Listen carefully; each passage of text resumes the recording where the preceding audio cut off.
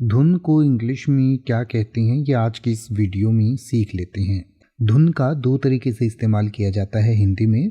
एक तो जैसे कोई म्यूज़िक होता है उसकी जो धुन होती है या जो तान होती है उसको इंग्लिश में ट्यून कहा जाता है, TUNE ट्यून। दूसरा जैसे कई बार हम कहते हैं उसमें तो काम करने की बहुत धुन है या वो धुन के साथ अपने काम में लगा हुआ है, तो इसका मतलब होता है कोई व्यक्ति धीरज के साथ या गंभीरता के साथ किसी चीज़ को कर रहा होता है तो उसको भी उसकी धुन कहते हैं। जैसे कि अब कई बार कहते हैं कि वो अपनी धुन में ही मग्न है या अपने धुन में अपने काम में लगा हुआ है, तो जो ऐसे वाली धुन होती है उसको परसीवियरेंस कहा जाता है। PERSEVERANCE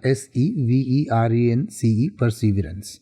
जैसे कि अगर आप ये कहना चाहें कि आइए गाना बजाने से पहले गिटार की धुन बजाएं, तो आप कह सकते हैं let's tune the guitar before playing a song.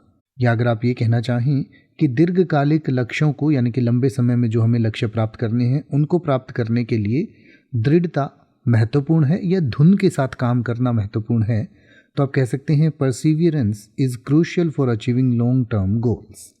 अब आप ऐसे ही किसी भी वर्ड का मतलब हिंदी और इंग्लिश में YouTube पर सर्च कर सकते हैं। आपको मेरी वीडियो मिल जाएगी जिसमें आप बिना किसी फालतू बकवास के सीधा उस वर्ड का मतलब समझ पाएंगे। तो ऐसी ही वीडियोस को देखते रहने के लिए चैनल को सब्सक्राइब करें और बेल आइकन को प्रेस करें।